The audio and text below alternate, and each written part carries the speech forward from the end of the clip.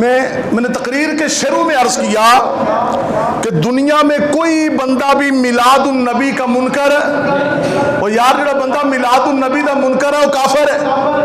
کیا سمجھ آئی ہے؟ میلاد کا معنی ہے پیدائش. بولو میلاد کا کی معنی ہے؟ پیدائش. تو کوئی بندہ بھی حضور دی پیدائش کا منکر نہیں ہے. اب جو بات ہے نا درد دل والی وہ سنیں. درد دل والی بات یہ ہے کہ حضور نبی کریم صلی اللہ علیہ وسلم کے میلاد النبی کے نام پر جو خرافات ہیں، جو بدعات ہیں، ہم اس کے خلاف ہیں. اس کی وجہ یہ ہے کہ اب کوئی صاحب ایمان یہ برداشت کرے گا کہ مکے کا اور پلس مدینے کا ماڈل بنایا جائے کیک پر اور پھر اس پر لکھا جائے جشن عید میلاد النبی، کہیں پر محمد صلی اللہ علیہ وسلم لکھا جاتا ہے، اسی کیک کو چھریوں سے کاٹ دیا جائے؟ اللہ جانتا ہے یہ ایمان کے بھی خلاف ہے اور عشق رسول کے بھی. سارا مجمع بولے عشق رسول کے بھی. یہ کون سا عشق ہے؟ اگر تمہیں روزہ رسول یاد رکھنا یار گل میری سنو ذرا، وہ فیصلہ آباد والے ہو، پر اگر یاد رکھنا کائنات دے اندر محمد بھی اکو ہے تے محمد دا روزہ بھی اکو ہے. ایک ہی مذاق ہے. ملتان دے اندر، فیصلہ آباد دے اندر ہر بکری والے نے تو پیسہ کمانا ہے نا جی، وہ مکے تے مدینے کا ماڈل بناتے ہیں. وہ مکے اور مدینے کے ماڈل کے بنے کیک کو گھر لے کے آتا ہے، اس پہ چھری چلا دیتا ہے. یہ ادب کے کیا ہے؟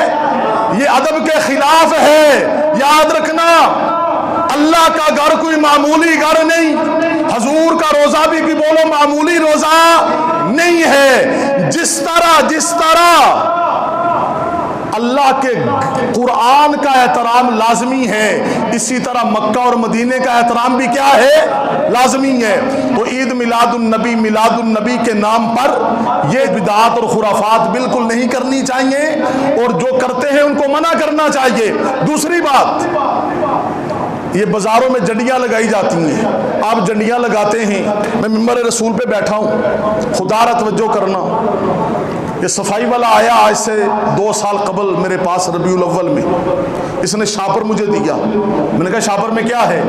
کہنے لگا جی لوگ چنڈیاں لاندے نے تے اے دھاگے ٹوٹ جاندے نے، تو وہ چنڈیاں کتھے گردیاں نے؟ نالیاں دے اندر. چنڈے ہوتے مکہ بھی بنے ہیں، مدینہ بھی بنے ہیں، تے حضور پاک دے نالین مبارک بھی کی بنے نے، تے نال کی لکھیا ہوندا ہے جشن عید میلاد النبی. اور تسی کدی سوچے کدی اس گل تے غور کیتا ہے؟ کبھی اس بات پہ غور کیا آپ نے کہ جنڈیاں ہم لگاتے ہیں 12 ربیع الاول کو یا 11 کی رات، 10 دنوں بعد وہ جنڈیاں کہاں جاتی ہیں؟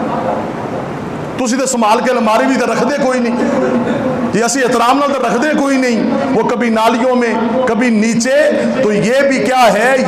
یہ کوئی میلاد النبی منانے کا طریقہ یہ نہیں ہے. پھر ایک سوال، آخری بات، خدا را توجہ، جتنے بھی میرے عزیز جوان دوست بیٹے بھائی بیٹھے ہیں، بزرگ توجہ کریں، شفقت فرمائیں. میرے دوستو، ہم نا دین کو اب اپنے پیچھے چلانا چاہتے ہیں، حالانکہ اصول یہ ہے کہ دین کے پیچھے چلنا چاہیے.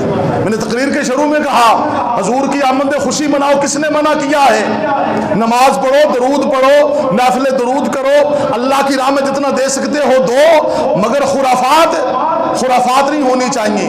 اب سننا ذرا، گلیاں سجاؤ گے، محلے سجاؤ گے. میں نے کہا گلی کیوں سجائی؟ کہتے ہیں جی حضور سے پیار ہے. میں نے کہا لائٹیں کیوں لگائی؟ کہا جی غلامی رسول ہے. میں نے کہا یہ مرچیں کیوں لگائیں؟ کہا غلامی رسول ہے. میں نے کہا تم نے یہ رنگ برنگے پرچم کیوں لگائے؟ غلامی رسول ہے. اور میں نے کہا اگر لائٹیں لگانا، جھنڈیاں لگانا، گلیاں سجانا، یہ رنگ برنگے پرچم لگانا غلامی رسول ہے، تو داڑھی رکھنا بھی تو غلامی رسول ہے، نماز پڑھنا بھی تو غلامی رسول ہے، قرآن پڑھنا بھی تو غلامی رسول ہے، اپنی عورتوں کو پردہ کروانا بھی تو غلامی رسول ہے، اپنے بچوں کو مسجد میں بھیجنا بھی تو غلامی رسول ہے. اگر آپ نے حضور سے محبت کرنی ہے نا، آؤ میں بتاتا ہوں. اس دن عہد کرو سارے گھر والے مل بیٹھ کے، پہلے سارے مل بیٹھ کے حضور پہ درود پڑھو، اور 200 مرتبہ پڑھو، 300 مرتبہ پڑھو. تمہارے گھر میں خوشبو لگی ہو، سفید کپڑا بچھا ہو، آپ کی عورتیں بھی، بیٹیاں بھی، والد بھی، سارے بیٹھ کے حضور پہ کیا پڑھیں؟ درود پڑھیں. یہ حضور کی آمد کی خوشی ہے. اور سارے گھر والے عہد کریں کہ یا رسول اللہ، یا نبی اللہ، آج کے بعد آپ کی سنتوں کے خلاف کوئی کام نہیں کریں گے، پیئیں گے تو سنت کے مطابق، پہنیں گے تو سنت کے مطابق، کھائیں گے تو سنت کے مطابق، گھر میں ہم داخل ہوں گے تو سنت کے مطابق، رات کو سوئیں گے تو سنت کے مطابق۔ خدا را سارا مجمع دسے، اس میلاد میں مزہ ہے کہ نہیں؟